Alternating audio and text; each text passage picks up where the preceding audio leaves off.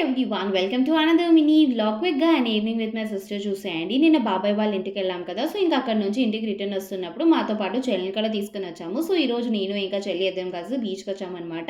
నార్మల్‌గా ఈ బీచ్ ముందు చాలా బావుండేది. అంటే మంచిగా అలలవి వచ్చేవి. కానీ ఇప్పుడు అలలేమీ రావు. వాటర్ జస్ట్ నార్మల్‌గా అలా ఉంటాయంతే. అయినా సరే నాకు చూసిన వెంటనే చాలా నచ్చేసింది. ఎందుకంటే మన ఖడగ్‌పూర్‌లో బీచ్ అవి ఏమీ ఉండవు కదా! సో, ఇంక అక్కడ అలా వాటర్ చూసేసరికి నేనైతే ఫుల్ హ్యాపీ అయిపోయాను. ఇక్కడైతే మేమిద్దరం కూడా మంచిగా ఆడుకుంటున్నాము. అంటే పేర్లవి రాసుకుంటున్నాము. కాకపోతే ఇలా పేర్లవి రాసుకోకూడదు అని చాలామంది అంటూ ఉంటారు.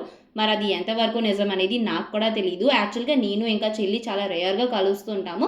సో, ఇంక అందుకని చెప్పేసి కలిసిన ప్రతిసారి కూడా మేమైతే మంచిగా ఎంజాయ్ చేస్తూ ఉంటామనమాట. సో, ఇంకా అలా బీచ్‌లో మంచిగా టైమ్ స్పెండ్ చేసేసిన తర్వాత ఇప్పుడైతే ఈవినింగ్ స్నాక్స్ ఏదైనా తీసుకుందాం అని చెప్పేసి ఈ షాప్‌కొచ్చాము. ఈ షాప్ నుంచి కట్లెట్స్ తీసుకున్నాము. ఇంకొక షాప్ నుంచి మంచిగా చాౌమిన్ పార్సెల్ చేపించుకొని ఇంటికైతే తెచ్చుకొని తినేస్తున్నాము. అదనమాట ఈ వీడియోకి. మళ్ళీ నెక్స్ట్ వీడియోలో కలుసుకుందాం.